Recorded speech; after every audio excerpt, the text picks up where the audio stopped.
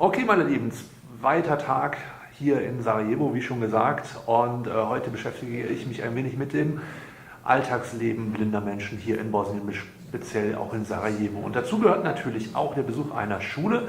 Auch hier in Sarajevo gibt es eine Blindenschule. Und vor mir sitzt Damir, er ist der Schulleiter hier. Und mit ihm werden wir uns ein wenig unterhalten. So, ich switch back to English.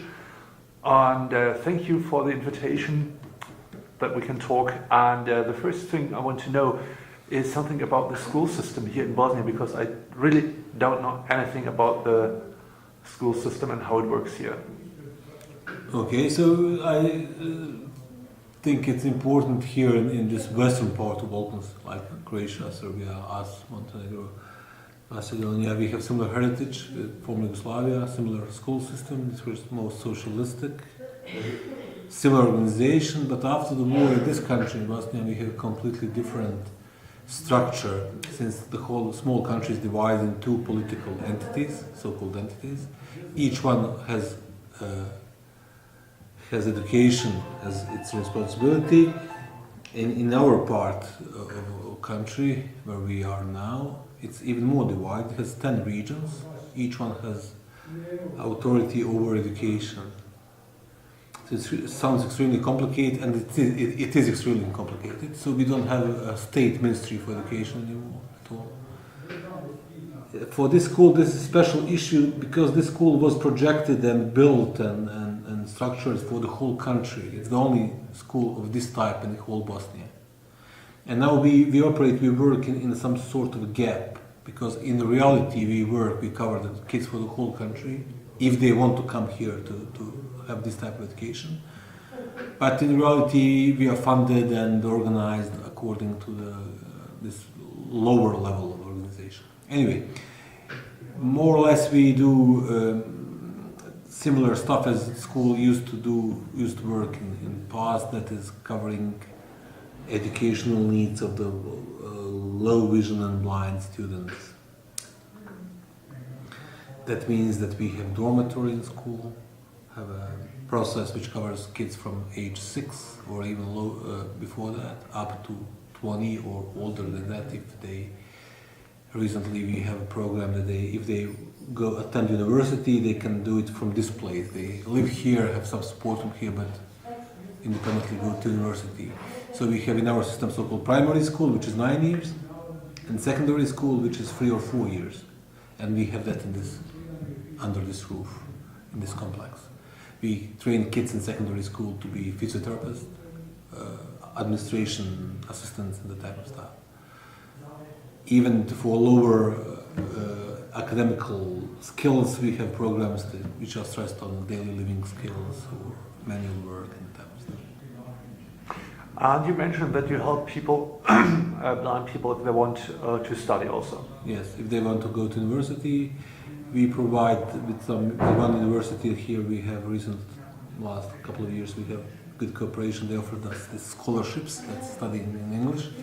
So the kids go more and more for our standards, 1 or 2 in generation or something like that, to study things like IT and that type of stuff. Or they study some sort of medicine, like this physiotherapy, higher school, or that type of stuff. And they can stay here in this building, have a room, use our equipment if they want, cooperate with us, ask for some help if they want, and go to university. We also do support kids in the mainstream schools if they have visual problems on a regular basis, sometimes train them, support them, provide books if they want, some equipment, advise, parents advise, kids advise, other schools how to do, teachers how to do with this type of problem. We also have some preschool programs to encourage kids to be independent, to prepare for the school and that type of stuff. We do a lot of sports in school, living skills, learning. We prepare books in Braille a lot. So I think we cover different educational and living skills programs for blind and low vision kids in the country. How does the school system work here in Bosnia? Have you to pay for your children to go to school? For primary and secondary education, even for universities, it's free. Some universities now private are like these kids from here to study IT, for example, it's not, some ITs are free, some are not free, but we do scholarships. Generally, for this level, what we have, primary school, secondary school, it's free always for kids. For dormitory, sometimes if the parents earn more than it's designed or something, but that's not very often, they will provide part for a dormitory, for food and accommodation. But mostly it's free. So any kid who has a visual problem, if his or her parents want to send, or community would prefer to send them to this type of school, for them it's mostly free. Okay, and you teach, I think, every course, like in Germany too, you have mathematics. Yes, language. we have program like curriculum like all other schools. In our educational system, that's a lot of subjects, everything.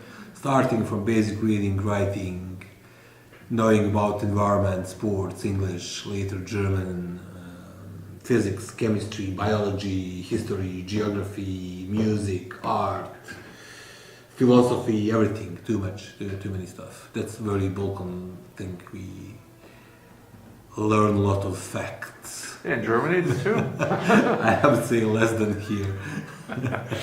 And so I think there are so many subjects.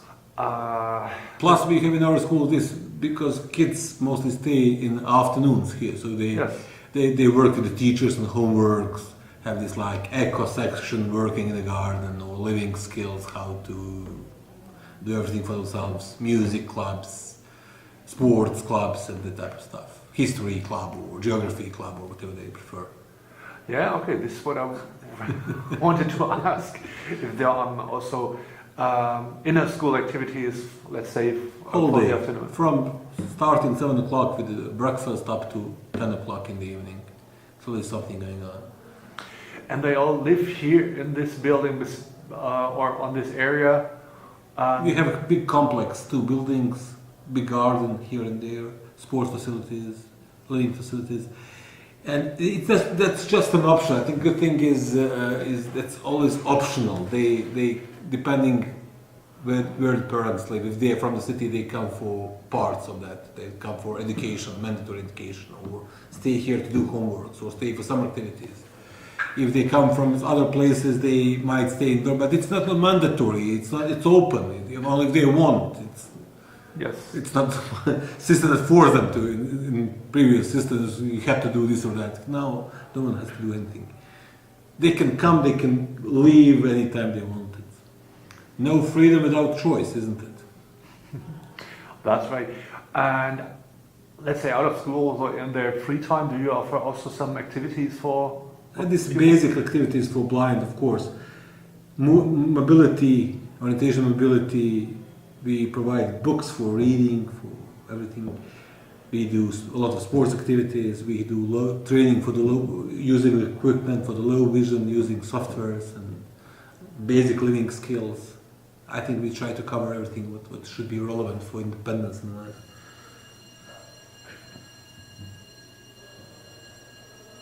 Okay? Yeah, I wanted to have this sound clearly. I think that kind of, this is a classic bell, like in every older movie you can hear this kind of very sound. classic. Today it sounds in another way in Germany, I think. It sounds, Maybe we should update the bell. but this is cool. In some, I heard some school bells which sounds like a doorbell, and this I thought, oh no. This is cool, yeah.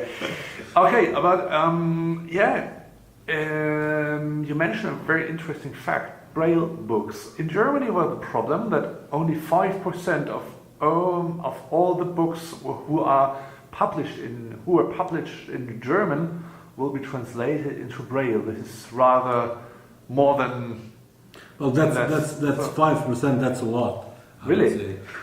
Here in this school, in this society, I don't know, will you quote me, but I will tell you what it is. We do not have any special budget for that. In this school, we improvise with that, and we take books that we find relevant, belletristic, and textbooks and kid books for reading. Every once in a while, we do a book or two as a part of our activity, and we have a nice library. You may see it later, with lots of Braille books, a lot for our standards, or for war standards. We try to cover from Thomas Mann up to our literature, from war literature to literature for kids, plus textbooks, but to give them opportunity to read in Braille and to have place here which is open for that, which is attractive, which should be used to promote that important skill, or the most important skill for understanding the world. It's through reading, so we put a lot of effort on that. It's a kids make, as all other kids, they don't prefer to read that much if they are not forced to, or if they are not charmed to do that, or if they are not attracted to reading by teachers, by parents, by community. So we try to offer that possibility for our students to read interesting and relevant and up-to-date books in Braille. So there are no Braille book publishers like in Germany or the States or wherever, so you have to do everything on your own? We do everything on our own. How does the Braille system works? In Germany or in English or in French we have the regular form, let's say. Every sign, every letter is written after, and there is also a short form. We use classical form here for printing. Classical, like 6 points plus big letter, small letter, capital letter, number, that type of stuff. So there are not those short forms? As far as I remember, we don't use that for books especially. Okay. Okay.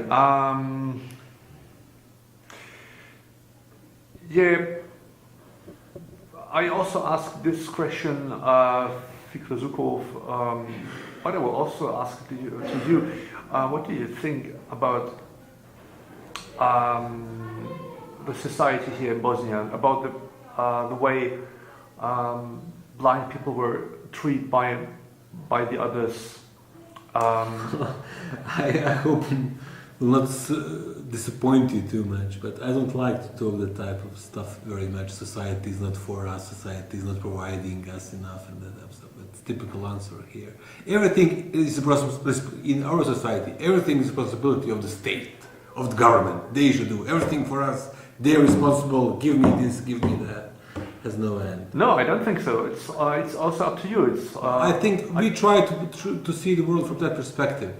I'm not a blind person, so I can't tell you from personal experience. But as far as I know, working here for more than 20 years with blind people, I think society supports severely blind people.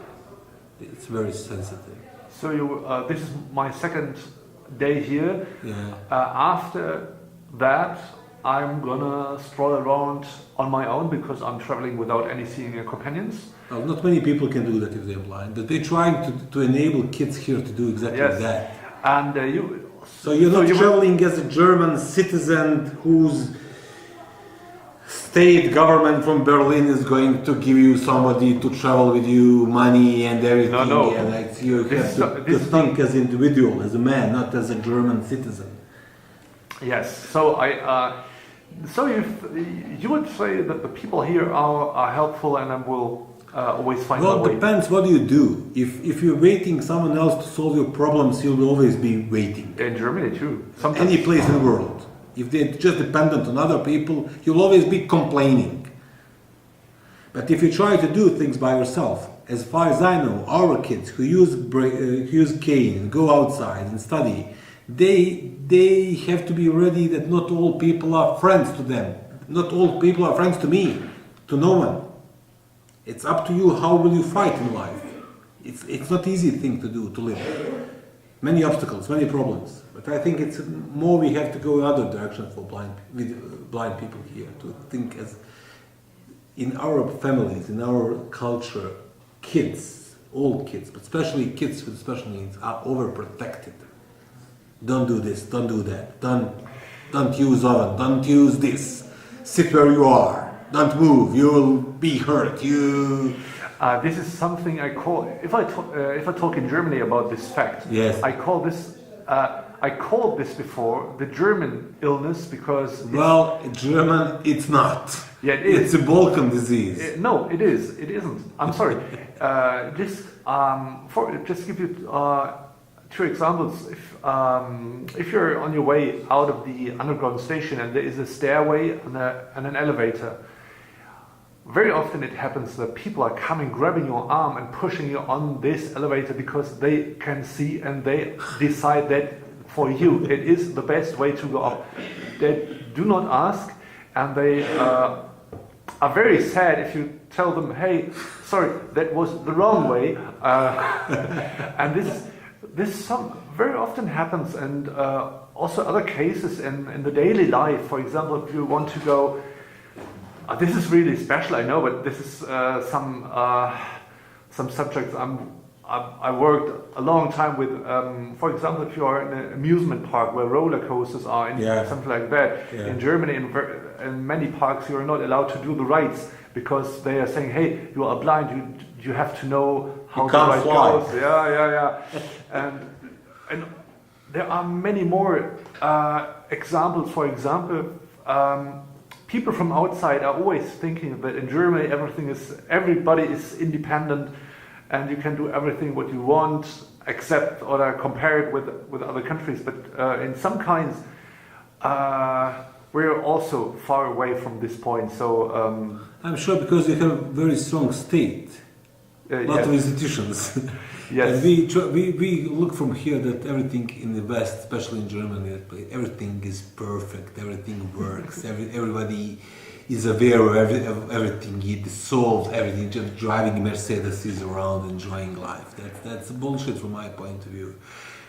No place is perfect, but for individual you have to fight, you have to earn your independence. No one is going to give you. If you stay on the street, don't move, no one will come to take you around. Maybe they will help you to go home, but you will not be free. So it's up to earn. How to earn that through the skills. How to earn skills. To practice by yourself, whole day long, using cane, walking around, reading, using IT, being aware of the world. That's the only solution. No other solution. State is not solution. Government is not solution for anything. It's a problem. It's not solution. Yeah. That's my point of view, at least. I'm just telling you this as a person, not as someone who is running. Yeah, but school. It's the right point of view, I think. So I'm trying to use this philosophy for running a school for the blind. It's not easy. I have millions of obstacles because of this way of thinking.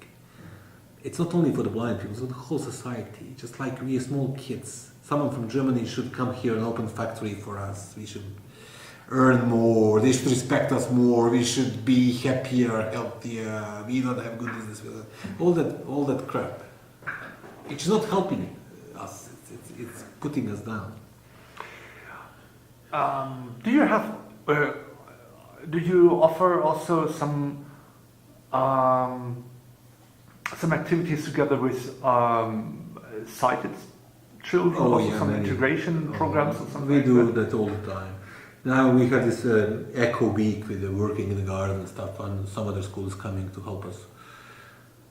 Last weekend they had some sport activities with other school. And more or less every day someone's coming, or we're going somewhere to see something, to share something, to promote our activities, our possibilities, our place, our way of education. For example, when we do print book in a braille, we always invite someone to talk about that book with us, to share that. Not as like we have special book for the blind people, that type of story. Like we have a book in braille, so let's talk about it. Yeah, this is also very important to let others know Sure. that we're only blind and not more. So I think that's the role of the school, very much, is to be maximally open. We have some in secondary school. We have few students who are not blind or visually impaired, but they study with our kids because they wanted that for the program to be physiotherapist or something. So they accepted that fact that they go with blind people and just go because we try to make the school good, to be attractive for anyone. not only for the blind people. If it's good only for the blind people, something's wrong. It has to be good. Yeah, this is how inclusion works. Not Yeah. only that the society includes That's the my handicapped, point also. it's also the other way. Yeah. Yeah. So thank you very much. Thanks for dropping by. I hope that some of the German listeners will think about some facts we're talking about. About dunkel Balkan Vergangenheit. No, this is what we try to do not mention because I'm just kidding. it's always mentioned if in trip reports and everywhere. Everybody is mentioning the dark past of the Balkan states. Well, it's a mystification of Balkans that we try to believe. We also believe here. People here also believe that stereotype. It's completely bullshit. Because you have wars all over the places in the world going on. There will always be crimes and everything, any place in the world. It's just up to us what we want to be. If we want to be stereotype people from some mystified past, we'll be that in reality. It's up to us to earn our freedom in way of thinking, and that's through the knowledge, through the exchange. We use same technology, read same books. It's nothing special here. It's just lack of system, and that system should be different, should be easier, should be more pro-entrepreneurial and that type of stuff, at least from my point of view. So I don't have a German car, for example, not believing that the German car is always the best, you know? Oh, that's also good. So, yeah, why not? This is like in German we said the blind seeing. Everybody believes that Apple's iPhone is the best smartphone for blind people. This is only because nobody tries something else, and I tried, and I can say, hey, which one you use? Yeah, you should use something else. What do you use? Android, Samsung. Samsung, which one? Galaxy S7. 7. You have, what software you use? Sorry? What software do you use in that? TalkBack. TalkBack, yeah. We have that also. Some kids use TalkBack. Some people use iPhones. It's up to them to choose. Yeah, of course. But it is the same as you mentioned. Somebody says, hey, the German cars are the best. No, they're not. Everybody believes, and so it's the same in other scenes and subjects. So what people do, what we can do in this room is up to us. It's not about Germany or Japan or whatever. If we want to make a book good, it's up to us. We Yes. can use technology, but no one is going to come here and solve our problems, to give us money to live for nothing. That's not going to happen. The whole society here is stuck in that lack of self-confidence. It's very obvious with blind people, lack of self-confidence. Yes. Not believing themselves enough. They believe in themselves enough, it will not solve the whole problem, but will solve the basic problem. Let's move, how to try something. That's the basic problem. That's true. Okay, with this conclusion, we'll leave it. May it be possible to go a little around to show also maybe a classroom or something like this? Sure. I'm not sure. I will do that with you, but someone will do that with you. Okay, I thank you very much for your words, for your time, and I wish you all the best. And I will send you, if you want, a link over with the interview. Please do.